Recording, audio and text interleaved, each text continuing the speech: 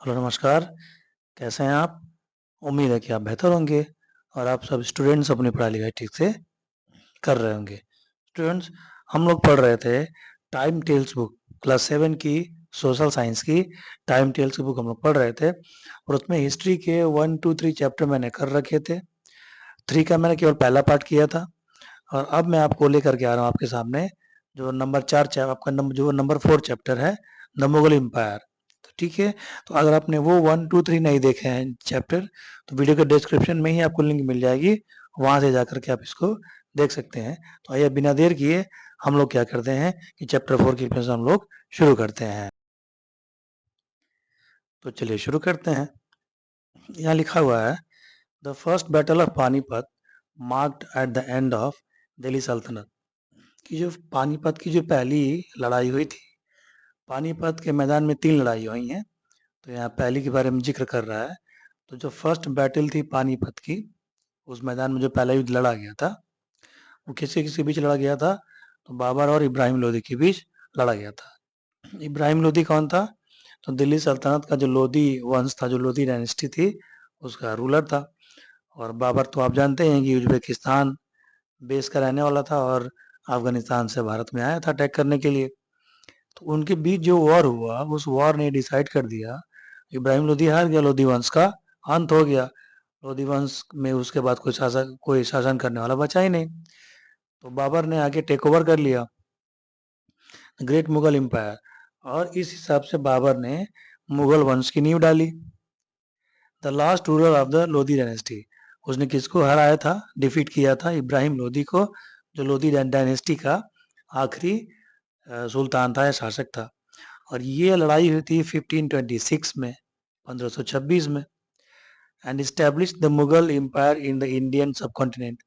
और इस वॉर ने, जैसा कि मैंने आपको पहले बताया, इंडिया में मुगल एम्पायर को इस्टेब्लिश किया और मुगलों के लिए भारत में दरवाजे खोल दिए। The Mughals were Turkic Mongol origin. ये मुगल कौन थे? ये मुगल क्यों कहा जाता था?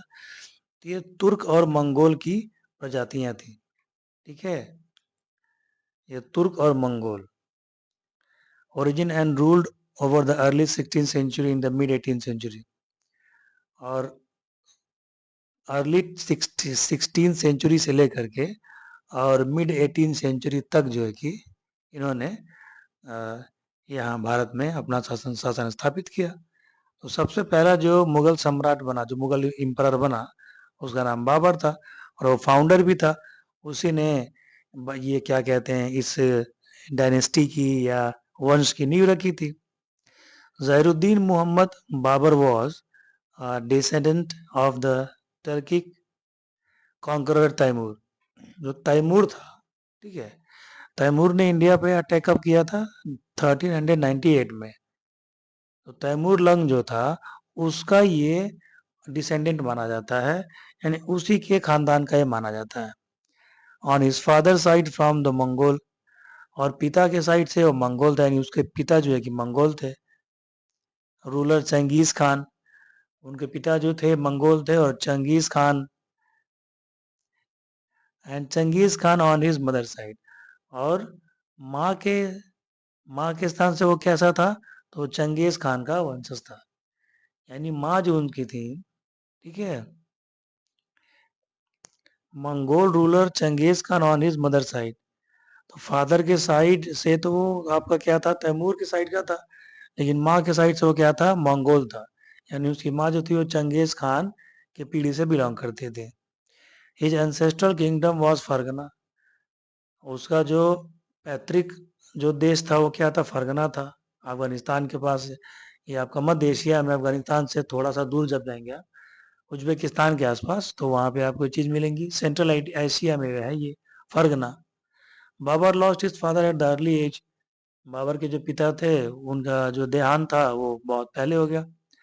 And became the ruler of Fergana, और बाबर बहुत कम उम्र में फरगना का रूलर बन गया। Though he was soon ousted from there by Uzbeks, लेकिन बहुत जल्दी उसे उज़्बेकों ने हरा करके वहां से हटा दिया।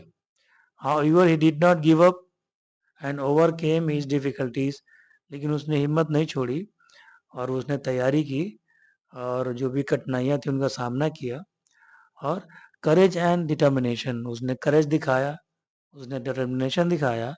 With in a few years Babur became the ruler of Kabul और अपनी सेना इकट्ठा की और कुछ ही सालों के अंदर बाबर क्या हो गया, तो काबुल का शासक बन गया, काबुल का वो राजा बन गया अफगानिस्तान में। And then turn to India with an objective of terrestrial expansion. और जब काबुल का ये राजा बन गया तो काबुल अफगानिस्तान में था और अफगानिस्तान उस समय इंडिया में ही था, उसमें चीजें बटी नहीं थी। ठीक है, अफगानिस्तान इंडिया से तो आपको बाद में अलग हुआ ना, पाकिस्तान बाद में अलग हुआ, लेकिन उस समय ये सारी चीजें एक थी, सारे कंट्रीज एक थे, भारत था, भारत तो बटा नहीं था। तो अफगानिस्तान से होकर और पाकिस्तान से होकर भारत के अंदर घुसना आसान था। तब उसने अपना मन बनाया, अपनी जमीन बढ़ाने के लिए, अपना जो स्टेट था, अपना जो राज्य था, उसको बढ़ाने के बारे में सोचा और इंडिया पे अटैक के बारे में सोचा। अब आइए चलते हैं, आपको दूसरे पेज पे ले चलते हैं, फिर उसको मैं एक्सप्लेन करता हूँ। तो हम अगले पेज पे आ चुके हैं। अब यहाँ से हम लोग देखते हैं, यहाँ लिखा है हेडिंग आपका foundation of a new empire. देखते हैं इसमें क्या लिखा है। In the beginning of the 16th century, कह रहे 16 सेंचुरी के शुरुआत में, यानी कि आज के लगभग आपके 424 ईयर्स पहले की बात कर रहा है ये। India was experiencing a phase of political instability and chaos. Political instability का मतलब होता है कि राजनीतिक अस्थिरता। अब इसको क्या कहते हैं, आप ऐसे समझिए कि सपोज कर लीजिए कि जैसे इंडिया में पीएम है, प्राइम मिनिस्टर है।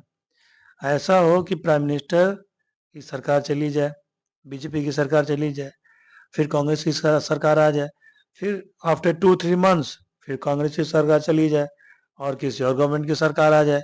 यानी कोई ठीक ना हो कि पावर में कौन आ रहा है कौन जा रहा है, लगातार जो पावर है वो बदलता रहे, लगातार पीएम बदलते रहे, लगातार यूपी के सीएम बदलते रहे। तो इस प्रकार जब लगातार चीजें बदलेंगी, पावर जब लगातार शिफ्ट होता रहेगा, तो उसको कहते हैं पॉलिटिकल इंस्टेबिलिटी। तो उस समय यही होता था कि एक राजा होता था, वो राजा कितने दिन रहेगा उसका कोई भरोसा नहीं होता था, क्योंकि उससे मजबूत कोई राजा आता था, उसके ऊपर अटैक कर देता था, अटैक करके उसकी जमीन पे कब्जा कर लेता था, उसका राज्य छीन लेता था। फिर उससे फिर कुछ कुछ साल बाद वो राजा राज्य करता था, फिर उससे पावरफुल कोई राजा आता था, उसको हरा देता था। इस प्रकार से पॉलिटिकल इंस्टेबिलिटी थी और शासन पे शासन, डायनेस्टी पे डायनेस्टी, वंश पे वंश लगातार बदल रहे थे। कोई स्टेबल पावर उसमें स्टेबल पावर आता था, लेकिन इंडिया के हर कोने में नहीं आता था, चीजें बदलती रहती थी। Numerous regional powers were engaged. और उस समय जो क्षेत्रीय पावर थे, जैसे आपके मराठा हो गए और राजपूत हो गए, ठीक है, बंगाल के नवाब हो गए, उत्तर प्रदेश के नवाब हो गए, ठीक है, ऐसे बहुत सारे राष्ट्रकूट हो गए, बहुत सारे जो जो अपने जो पूरे इंडिया पे राज नहीं कर पाते थे, लेकिन इंडिया के 2-3 स्टेट पे राज किया करते थे, तो उसको रीजनल पावर्स कहा जाता था। ठीक है, जैसे बंगाल में बंगाल के नवाब थे और दक्कन के एरिया में आपके मराठे थे, और फिर इधर आपका बीजापुर था, फिर बामनी था। ठीक है, इस प्रकार के जो राज्य थे। आगे क्या लिखा है, the powers of Delhi Sultanate was confined to its capital and adjacent areas. और दिल्ली सल्तनत की उस समय की जो पावर थी वो दिल्ली के आसपास कई इलाकों में थी। Provincial governors were awaiting a chance to revolt against the sultanate. और चूंकि जब बहुत बड़े देश पे कोई राज करता है तो अकेले तो राज कर नहीं पाएगा। तो उस जमाने में क्या होता था कि जो मेन सुल्तान होते थे, जो मेन राजा होते थे, वो जो कैपिटल होती थी उस पर राज करते थे। बाकी जिन क्षेत्रों को जीतते थे तो वहां अपना एक आदमी अपॉइंट कर देते थे, अपना एक आदमी रख करके चले आते थे। वो आदमी जो है कि उसका उस एरिया का गवर्नर माना जाता था, प्रांतपाल या राज्यपाल माना जाता था, और उस सुल्तान के नाम पे वो शासन करता था। तो भाई हम सबकी इच्छाएं होती हैं, तो कभी कभी वो जो गवर्नर होते थे उनके अंदर स्वयं सुल्तान बनने की, राजा बनने की इच्छा जाग जाती थी। तो वो क्या करते थे कि सुल्तान का कहना ना मान करके और अपना शासन चलाने लगते थे। सुल्तान का कहना ना मान करके और अपना शासन चलाने लगते थे। और जैसे ही सुल्तान कमजोर होता था, राजा जो कमजोर होता था तो वो उस एरिया को स्वतंत्र कर लेते थे और अलग से अपने राजा बन करके वहां पे शासन करने लगते थे। Ibrahim Lodi who was the सल्तनत at the sultan at the time, उस जिस समय की ये बात है उस समय इब्राहिम लोदी सुल्तान था। वाज वेरी अनपॉपुलर, और ऐसा कहा जाता है कि वो अपनी जनता के बीच पॉपुलर नहीं था। द गवर्नर ऑफ पंजाब दौलत खान लोदी, और पंजाब का जो गवर्नर था Daulat Khan Lodi invited Babur to help him overthrown Ibrahim Lodi, उसने बाबर को बुलाया, बाबर से उसने बात की कि तुम आ जाओ और हम लोग मिल करके इब्राहिम लोदी को अटैक कर देंगे, इब्राहिम लोदी हार जाएगा और दिल्ली पे हम दोनों मिल करके राज करेंगे। Babur took advantage of the situation, Babur ने इस सिचुएशन का लाभ उठाया, बाबर आया और उन दोनों ने मिल करके और इब्राहिम लोदी को हरा दिया। In 1524 Babur cross the Indus to capture Punjab, तो 1524 में बाबर इंडस रिवर को पार करके, सिंधु नदी को पार करके पंजाब में आया और then return to Kabul to recognize him his army for a larger, फिर उसके बाद उसने काबुल काबुल हो गया, अपनी आर्मी बढ़ाने के लिए उसने अपनी आर्मी बढ़ाई। He then return to India in 1526, और 1526 में इंडिया रिटर्न आया आफ्टर डिफीटिंग दौलत लोदी, और जो दौलत लोदी था जिसने उसको बुलाया था कि आओ मिलकर के अटैक करते हैं, तो उसने मौका देख के दौलत लोदी को ही हरा दिया और उसकी सेना को पे कब्जा कर लिया, उसके देश पे कब्जा कर लिया, थोड़ी सी ताकत बढ़ गई। उसके बाद से ये दिल्ली आया और Ibrahim Lodi met him with a huge army at Panipat, और जब आया तो उसका सामना इब्राहिम लोदी के बहुत बड़ी आर्मी से हुआ। इब्राहिम लोदी की जो आर्मी थी वो बाबर की आर्मी से दुगुना थी, लगभग डेढ़ गुना दोगुना बड़ी थी। सामना हुआ और बाबर ने उस वॉर में, उस युद्ध में बाबर ने इब्राहिम लोदी को उस युद्ध में हरा दिया। अब आइए देखते हैं, आगे बढ़ते हैं, आगे क्या लिखा है। आगे आपका है army was small compare to that of Ibrahim Lodi, वही बात जो मैंने आपको बताई कि इब्राहिम लोदी की जो सेना थी वो बड़ी थी और उसके कंपैरिजन में जो बाबर की आर्मी थी, सेना थी, वो छोटी थी। The latter was routed in a single day and Babur captured Delhi and Agra, और उसने एक ही दिन में युद्ध जीत लिया और बाबर ने पहले दिल्ली पे कब्जा किया, फिर वो आगरा भी पहुंच गया। The first battle of Panipat mark the beginning of the Mughal rule in India, इस प्रकार से पानीपत की जो पहली लड़ाई थी उसको जीत करके बाबर ने इंडिया में मुगल साम्राज्य की नींव रखी। However, Babur had to face many challenges before he could claim himself sovereign ruler. तो उससे पहले कि वो अपने आप को भारत का सुल्तान घोषित करता, भारत का एम्परर घोषित करता, उसके सामने कुछ और भी चुनौतियां थी और भी बड़े बड़े दावेदार थे दिल्ली को जीतने के।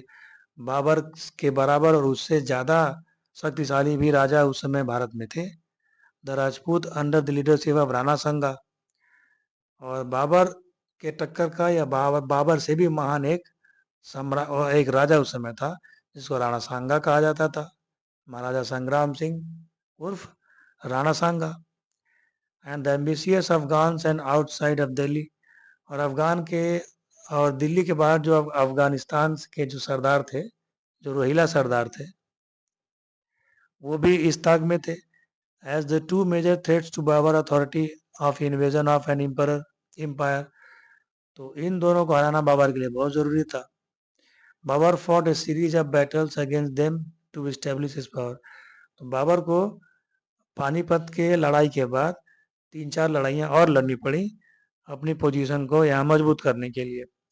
इन 1527 Rana Sanga of Mewar united the Rajput chieftains of confederacy and challenge Babur at Khanwa, Maharaj Sangram Singh ने राजपूतों को इकट्ठा किया और खानवा के युद्ध मैदान में, खानवा के युद्ध में बाबर को चुनौती दी थी।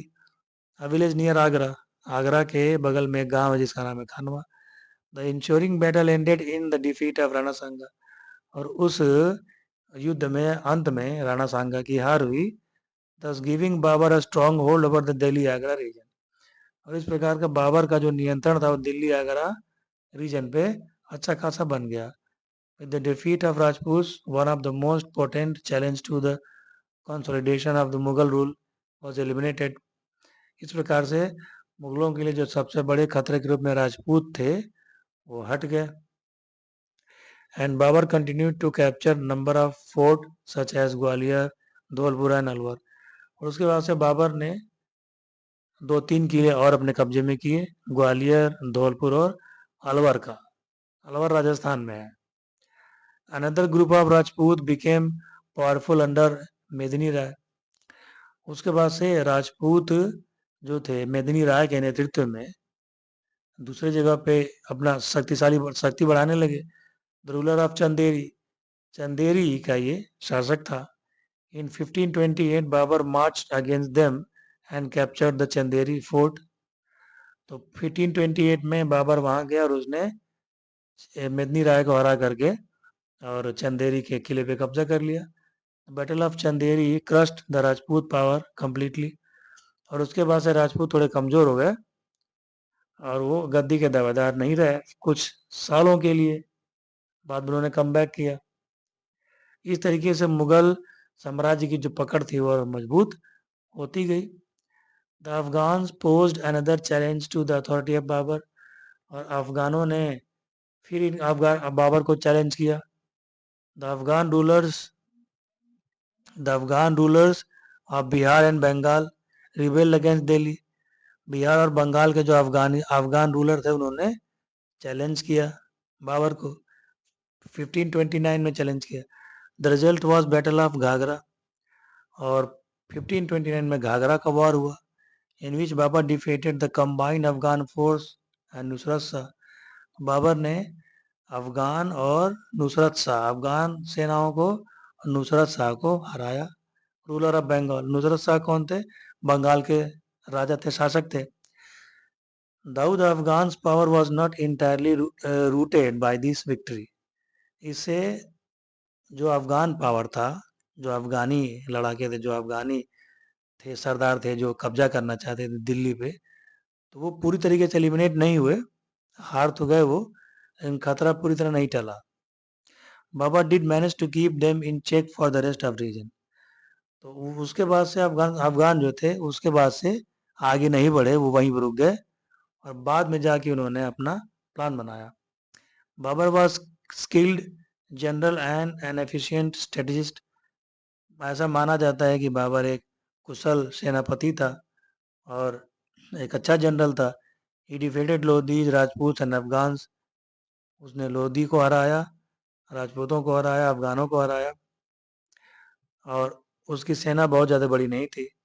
With in the short span of 4 years 1526 से 1530 यानी कि 4 years में ही established a vast empire in India. उसने इंडिया में एक बड़ा साम्राज्य खड़ा कर दिया. At the time of his death, उसके डेथ के समय, Mughal rule was extended from Kabul to west to Bihar. उसके शासनकाल में मुगल जो एम्पायर था, जो राज्य था, वो काबुल से लेकर के और बिहार तक फैल गया था. The foothills of the Himalaya in the north to Gwalior in the south. और हिमालय से लेकर के और ग्वालियर तक उसका राज्य धीरे धीरे फैलता गया. In order to secure his empire, Babur had to continuously engage himself in battles. तो इतने बड़े साम्राज्य को होल्ड करने के लिए बाबर को और भी लड़ाइयाँ लड़नी पड़ी. Therefore, he did not have enough time to consolidate his empire from a well-structured administrative system. तो उसके पास समय नहीं था कि अपने साम्राज्य को, अपने राज्य को वो एक अच्छे से एडमिनिस्ट्रेट कर पाए. मतलब व्यवस्था अच्छे से अच्छी शासन व्यवस्था बनाने का उसके पास समय ही नहीं था. वो लड़ाइयाँ ही लड़ता रह गया. However, he possessed much strength of character and did not let the ulema interfere in the matter of state. उसने अपना करेक्टर बनाए रखा. और जो उलेमा थे, उलेमा मतलब जो धार्मिक जानकार होते हैं इस्लाम में, जहाँ तक मेरी समझ है, उनको धार्मिक जानकार ही उनको कहा जाता है. बहुत ज़्यादा मैं उलेमा के बारे में नहीं जानता, लेकिन जहाँ तक मेरी समझ है तो धार्मिक जानकार लोग ही होते हैं वो, या उसी से कुछ मिलता जुलता होता होगा. तो उलेमाओं को ठीक है, स्टेट के मैटर में इंटरफेयर उसने नहीं करने दिया। बाद में उलेमा और मौलवी जो है कि हावी हो गए, और सम्राट जब शासन करते थे तो वो इंटरफियर भी करते थे, लेकिन बाबर ने उनको ऐसा नहीं करने दिया। Humayun and 1555 to 1526। Nasiruddin Muhammad Humayun was the eldest of the four sons of Babar.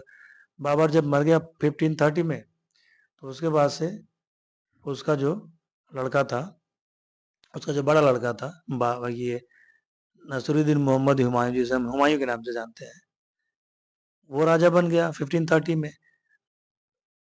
अब आगे बढ़ते हैं अगले पेज पे। देखिए, from the very beginning of his reign, जब हुमायूं सम्राट बन गया, मुगल एम्पायर बन गया, had to face many challenges. तो वो जब शुरू शुरू में सम्राट बना, राजा बना, तो उसे भी कई सारे चैलेंजेस का सामना करना पड़ा, कई सारी उसको परेशानियां झेलनी पड़ी।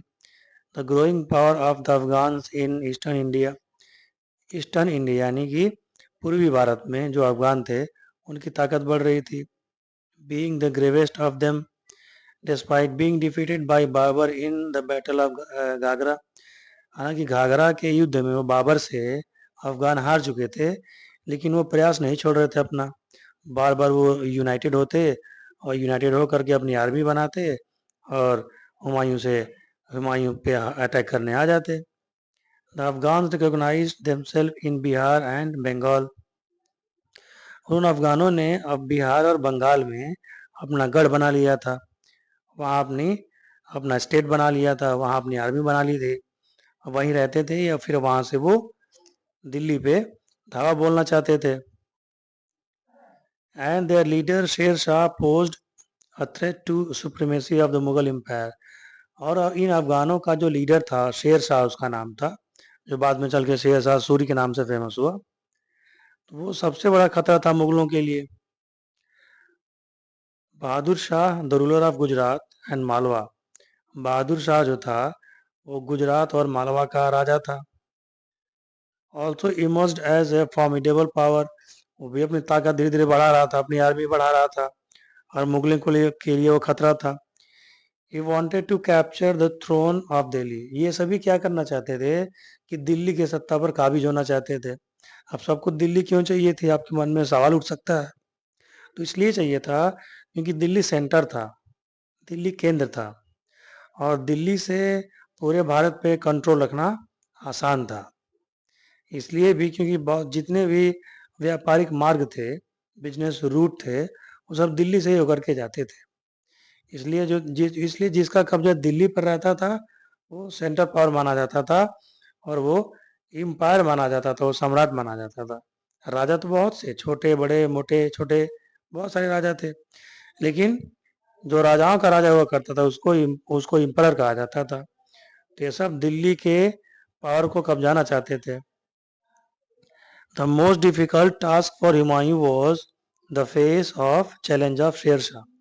हुमायूं के लिए सबसे बड़ी जो चुनौती थी वो शेर शाह को मुकाबला करना था, सबसे बड़ी चुनौती थी।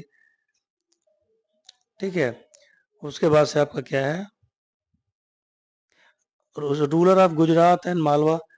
और जो गुजरात का रूलर था वो भी आके आधम का था, मेड इट इम्पॉसिबल। और हुमायूं के लिए ये डर, बराबर डर बना रहता था कि कभी हो क्या पता शेर शाह अटैक कर दे, क्या पता आपका बहादुर शाह अटैक कर दे, क्या पता बंगाल वाले अटैक कर दें, क्या पता गुजरात वाले अटैक कर दें। तो वो कभी निश्चिंत नहीं रह पाया। Moreover Humayun was not a great strategist like his father. और हुमायूं अपने पिता, अपने फादर बाबर के तरह बढ़िया स्ट्रेटेजी नहीं बना पाता था, रणनीति उतना अच्छा ये प्लान उतना अच्छा ये नहीं बनाता था। And his opponents took full advantage of his wrong strategies. और उसने रणनीति बनाते समय, ठीक है, पॉलिसी बनाते समय, युद्ध की नीतियां बनाते समय जो गलतियां की, उसका फायदा जो है कि इसके विरोधी ने उठाया। Humayun received the Afghan under Sher Shah as the most difficult challenges. Humayun ने बहादुर शाह को छोड़ करके, मालवा गुजरात और बंगाल को छोड़ करके, इसने शेर शाह पे अपना जो है कि फोकस किया। उसके लिए वो बहुत बड़ा खतरा था। उसने सोचा कि शेर शाह को निपटा देते हैं तो बाकी जो छोटे मोटे खतरे हैं वो अपने आप निपट जाएंगे। He started his military expeditions in 1532। और ये सोच करके हुमायूं ने सोचा कि खतरा मेरी तरफ आता है, इससे बढ़िया कि हम वहाँ खतरे के पास जा करके उससे एलिमिनेट कर दें। तो उसने अपने आप को मजबूत करना शुरू किया और 1532 से उसने अपनी एक्सपीडिशन का मतलब होता है जो साहसिक यात्रा शुरू की। With battle eight with battle eight Dadar. तो दादर जो था उस पे उसने बैटल ऑफ DADRA दादर, हाँ, वहाँ का उसने बैटल जीत लिया। Where the Afghan force were defeated. उसने वहाँ पे अफगानों को हरा दिया। Next he led a siege to the Chunar. तो उसने चुनार के किले पर धावा बोला। चुनार आपका कहाँ है? मिर्जापुर के आसपास का एरिया है। और चुनार में आपके सीमेंट के लिए आपको मिलता है, सीमेंट का जो रॉ मटेरियल है, ठीक है, वो बहुत ज़्यादा मिलता है। मिर्जापुर के आसपास का एरिया है ये। तो उस जमाने में मिर्जापुर तो था नहीं। स्ट्रॉन्ग होल्ड ऑफ शेर which the latter was ultimately allowed to keep the return the proclaiming loyalty to Mughals। उसने सोचा कि अगर हम चुनार के किले पे अटैक कर देते हैं, चुनार के किले पे हम कब्जा कर लेते हैं, तो शेर शाह आधी लड़ाई वैसे ही हार जाएगा। Meanwhile Gujarat emerged as a challenge. जब तक अभी ये शेर शाह से निपट रहा था, अपना प्लान बना रहा था, अपना एक्सपीडिशन कर रहा था, उधर गुजरात वाले ज़्यादा पावरफुल हो गए थे। And Humayun had to march against Bahadur Shah. और अंत तो गत्वा हुमायूं को बहादुर शाह के खिलाफ भी जाकर के लड़ाई लड़नी पड़ी। When the Mughal army reached Gujarat. जब मुगल आर्मी गुजरात पहुंची, बहादुर शाह के पीछे पीछे जब वो गुजरात पहुंचा, बहादुर शाह फ्लेड। बहादुर शाह भाग गया, गुजरात छोड़ करके भाग गया। कहाँ भाग गया? Without offering any resistance. तो हुमायूं का सामना ही नहीं किया, भाग गया। Humayun easily captured Gujarat and Malwa. Humayun ने बड़ी आसानी से गुजरात और मालवा पे कब्जा कर लिया, उसको भी अपने राज्य में मिला लिया। Sher Khan took advantage of Humayun's absence in invaded Bengal. और शेर शाह ने हुमायूं के एब्सेंस का फायदा उठाया। जब हुमायूं गुजरात गया तो हुमायूं एक साथ दो जगह तो रह नहीं सकता था, तो इसने शेर शाह ने इसका फायदा उठा करके और बंगाल में जा करके अटैक किया और बंगाल पे कब्जा कर लिया, कैप्चरिंग गौर इट्स कैपिटल। और गौर नाम की जो राजधानी थी उसे कैप्चर कर लिया। As soon as the Humayun started marching towards Bengal, Bahadur Shah utilized the opportunity and to recapture Gujarat and Malwa.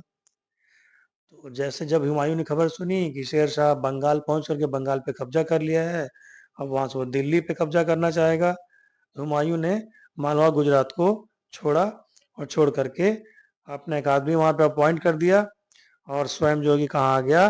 Bengal आ गया, दिल्ली आ गया देखने के लिए। बंगाल को फिर से जीतना चाहता था। और इधर मौके का फायदा उठा करके बहादुर शाह भागा था, फिर वापस आ गया और फिर उसने जो वहाँ मुगल फौज थी उसको हरा करके और गुजरात और मालवा को फिर से कैप्चर कर लिया। लॉन्ग बिफोर हुमायूं रीच्ड, ठीक है, तो ये हो गया उसका। Long before Humayun reached Gaur, Sher Shah had already left the city. जब तक हुमायूं गौर पहुंचता, शेर शाह शहर छोड़ करके जा चुका था। And return to Bihar with a large war booty. और वो बिहार वापस आ गया था, बहुत सारा पैसा, बहुत सारा धन लेकर के वापस आ गया था। And started spending time in luxury and मेरी मेकिंग। और बहुत सारा धन वो लूट करके शेर शाह लाया था, तो वो आराम से ऐश करने लगा। While Humayun was away from his capital for several months. और इन सब चक्कर में पहले वो गुजरात गया, गुजरात से फिर बंगाल गया, इन सब बीच वो लंबे समय तक दिल्ली से एब्सेंस रहा। दिल्ली से वो लंबे समय तक हुमायूं क्या रहा? एब्सेंट रहा। तो उसका फायदा उठा करके उसका जो भाई था Hindal reached Agra and declared himself emperor. वो आगरा पहुंच गया और अपने आप को उसने सम्राट घोषित कर दिया। यानी देखा जाए तो हुमायूं के हाथ कुछ नहीं लगा। हुमायूं जीता तो भाई, मालवा गुजरात जीता, फिर छोड़ करके उसको बंगाल वापस आना पड़ा, क्योंकि बंगाल उसके हाथ से निकल रहा था। जब तक वो बंगाल आया तब तक शेर शाह बंगाल जीत करके लूट लाट करके काफी सारा धन लूट करके वहां से बिहार वापस आ गया था। शेर शाह से उसका सामना भी नहीं हुआ। इस तरीके से यहाँ हुमायूं को नुकसान उठाना पड़ा। और जब वो दिल्ली से एब्सेंट रहा तो उसका भाई जो है कि उसने अपने आप को सम्राट घोषित कर दिया। बैटल्स विद शेर शाह से उसकी अंतिम में लड़ाई हुई। Humayun decided to march against Hindal. तो जब हुमायूं की खबर मिली कि आगरा जो कैपिटल है उस पे हिंदाल ने कब्जा कर लिया है, तो फिर वो छोड़ छाड़ के वापस आया। और Sher Shah posed a challenge, लेकिन शेर शाह ने एक चैलेंज उसके सामने रख दिया। He cut off the lines of communication between Bengal and Agra. Sher Shah ने क्या किया कि बंगाल और आगरा के बीच कम्युनिकेशन की जितनी लाइनें थी, यानी कम्युनिकेशन लाइन का मतलब क्या हुआ, संदेश पहुंचाना, खाना पहुंचाना, रसद पहुंचाना। इतनी बड़ी सेना रहती थी तो सेना को खाने के लिए तो कुछ चाहिए था ना। तो जो रसद होता था, जो सब खाने की जो सप्लाई होती थी, वो एक रास्ते से आती थी। तो शेर शाह ने क्या किया कि जो रास्ता था बंगाल से आगरा का, उस पर अपने सैनिक लगा दिए। इधर के लोग उधर आते समय, उधर के लोग इधर आते समय सैनिकों से परमिशन लेके जाना पड़ता था। तो बंगाल और आगरा के बीच जो कम्युनिकेशन लाइन थी, जो संदेश आदान प्रदान होता था, वो अब नहीं हो पाया। Gaining time to strength the army, और अपने आर्मी को वो बढ़ाने लगा। In 1539 he challenge Humayun in the battle of Chausa. और 1539 में चौसा नामक स्थान पे उसने हुमायूं को चैलेंज किया और हुमायूं जाल में फंस गया। हुमायूं लड़ाई लड़ा लेकिन हार गया। The Mughal army was routed, Mughal army बुरी तरह हारी। And Humayun himself escaped narrowly, और हुमायूं को अपनी जान बचा करके भागना पड़ा। On reaching Agra Humayun raised an army to take on Sher Shah. भाग के हुमायूं आगरा आया और उसने अपनी सेना इकट्ठी की, अपनी आर्मी इकट्ठा की और शेर शाह पे फिर चढ़ाई उसने बोला। शेर Khan gained confidence from his success against the Mughal and took military preparations. तो शेर शाह ने जब चौसा की युद्ध में हुमायूं को हरा दिया तो शेर शाह का कॉन्फिडेंस बढ़ गया। उसने और बड़ी आर्मी इकट्ठी करने लगा वो, to face them one more time. उसे लगा कि हुमायूं बदला लेने जरूर आएगा, रिवेंज लेने आएगा। तो उसने अपनी तैयारी जारी रखी, उसने अपने सेना को तैयार करना जारी रखा। और ठीक एक साल बाद इन 1540 इन the battle of Kannauj, Kannauj के बैटल में Mughal army was decisively, Mughal army से फिर उसका सामना। तो चैप्टर जब लंबा होता है तो मैं क्या करता हूँ कि वीडियो को दो पार्ट में बनाता हूँ। पहला पार्ट ये रहा, वीडियो को लाइक करिएगा, चैनल को सब्सक्राइब करिएगा, और एक्सप्लेनेशन अच्छा लगे तो कमेंट करके ज़रूर बताइएगा। धीरे धीरे मैं ये जो आपकी बुक है टाइम टेल्स की, इसके सारे के सारे चैप्टर, चाहे हिस्ट्री हो, चाहे ज्योग्राफी हो, चाहे सिविक्स हो, एक एक करके मैं ऐसे ही लाइन बाय लाइन आपको एक्सप्लेन करके दे दूंगा। फिर इसके बाद से आपका ऑर्डर होगा, आपका अगर कहेंगे आप लोग तो मैं इसके क्वेश्चन आंसर, इसकी एक्सरसाइज की वीडियो में अलग से बना दूंगा। मिलते हैं आपसे अगले वीडियो में, तब तक के लिए जय हिंद।